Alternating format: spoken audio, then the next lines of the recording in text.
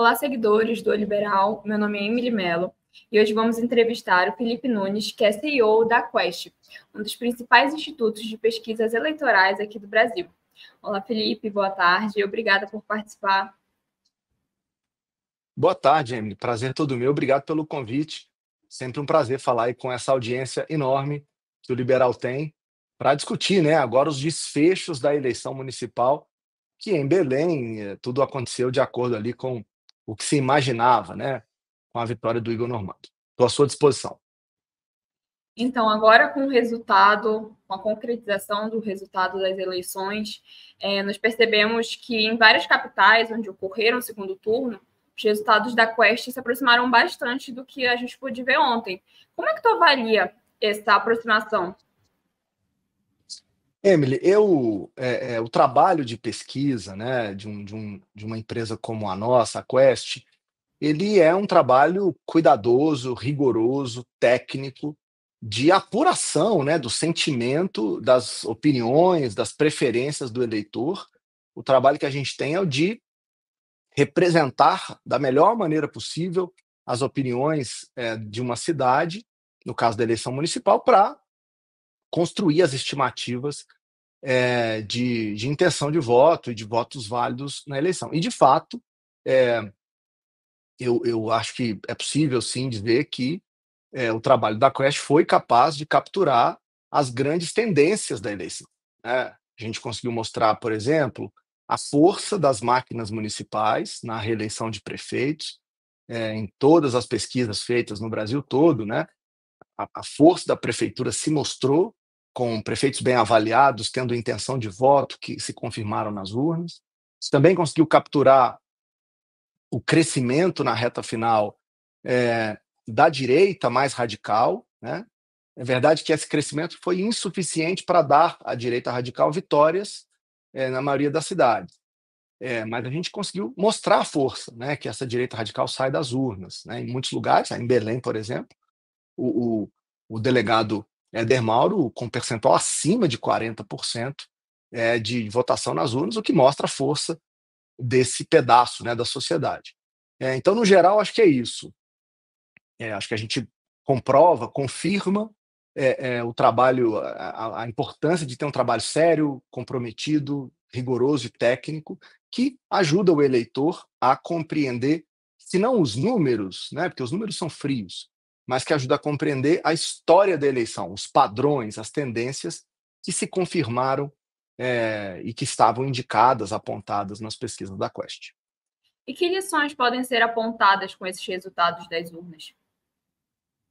O primeiro é isso, foi uma eleição em que a conexão eleitoral entre deputados federais capazes de mandar recursos para suas bases e prefeitos que usaram esses recursos em prol de suas administrações, essa conexão produziu a maior taxa de reeleição de prefeitos da história recente, numa conexão eleitoral que, para mim, veio para ficar, né?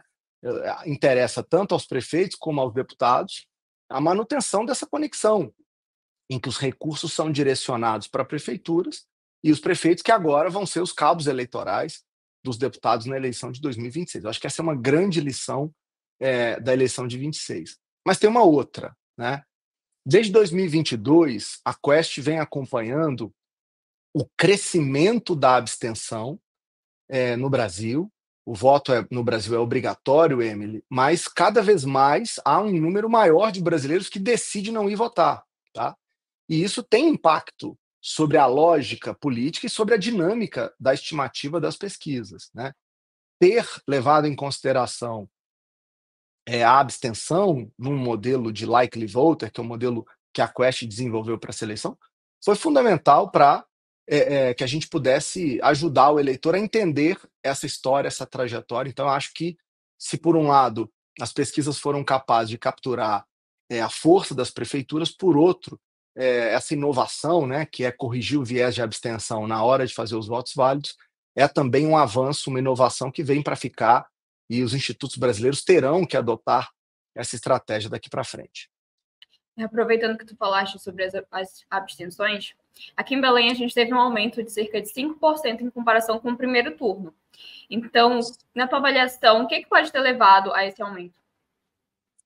Primeiro, Emily, na história das eleições municipais, o segundo turno sempre tem, em média, 3,5 pontos percentuais a mais de abstenção do que no primeiro turno, né? Então, no caso de Belém, esse crescimento foi maior até do que a média histórica.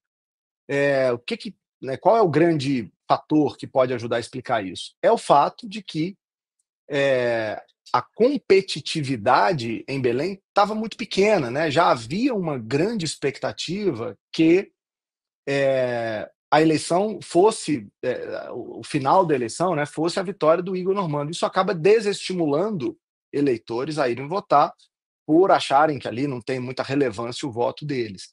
Por que eu te digo isso, Emily? Porque em Fortaleza aconteceu o contrário. Em Fortaleza, quando a pesquisa da Quest mostrava um 50-50, né, o que acabou se mostrando na urna, a gente teve o menor nível de abstenção do Brasil.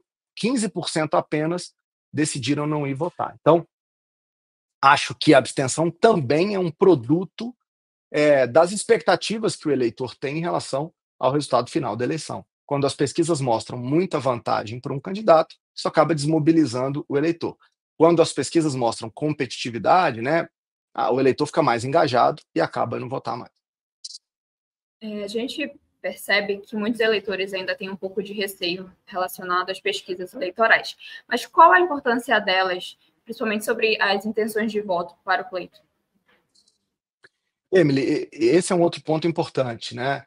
Eu acho que a Quest e outros institutos de pesquisa no Brasil esse ano têm uma contribuição fundamental, né? Que reforçar, confirmar a validade e a força que o trabalho científico, o trabalho técnico rigoroso tem sobre a capacidade de compreender fenômenos sociais.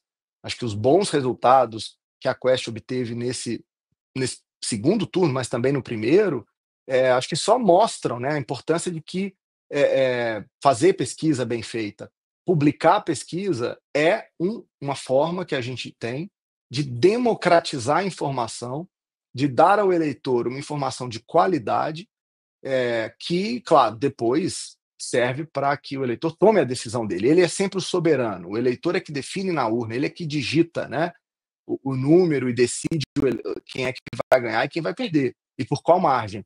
O que a gente faz é ajudar o eleitor a ter informação para essa tomada de decisão. E acho que a gente fez isso muito bem esse ano. E essa é uma contribuição para a democracia que os institutos deram nessa eleição, e eu espero que seja uma contribuição que reforce a importância de acreditar e confiar na informação profissional e de qualidade, que não só, né, o jornalismo, por exemplo, como o do Liberal, fez ao longo dessa eleição, mas também os institutos de pesquisa como a Quest. São contribuições importantes que a gente deixa no final desse pleito. Aqui em Belém, logo após o primeiro turno, foi muito esperada a manifestação dos candidatos que não conseguiram avançar para o segundo turno, relacionado a quem eles iriam apoiar no segundo turno, né? E aí, na penúltima pesquisa, a Quest informou que cerca de 35% do eleitorado de Belém não se identificava com nenhum grupo político aqui da capital. Na sua avaliação, qual a importância dessas alianças para o segundo turno? Olha, o que a gente viu no Brasil inteiro foi que o eleitor está mais interessado, mais engajado e menos propenso a apoiar um candidato A ou B, porque o candidato em que ele votou no primeiro turno foi para um lado ou para o outro, tá?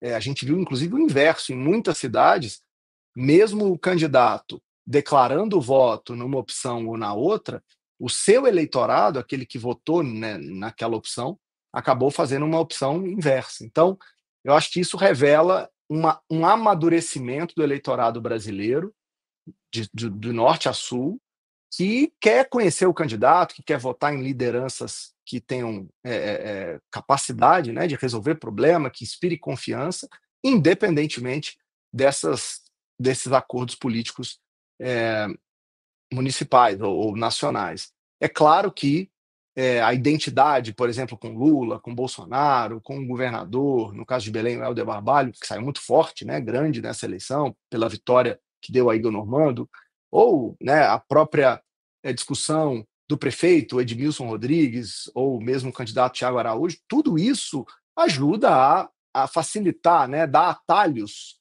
cognitivos para o eleitor decidir e pensar, ó, se esse candidato está indo para aqui, se esse apoio vem dali, onde é que eu me encaixo? Isso ajuda a tomada de decisão, mas no fim parece que o eleitor é cada vez mais independente e decide por si só.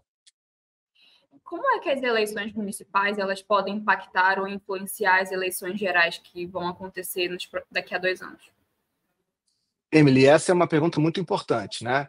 E eu disse ao longo dessa eleição inteira e repito aqui: a eleição municipal não é um bom termômetro para eleições presidenciais. A eleição municipal é um termômetro de como vai ser a disputa de forças na Câmara dos Deputados em 2026. É ali o foco, o resultado dessas eleições, em que partidos como PSD, MDB, PP, União Brasil saem fortalecidos.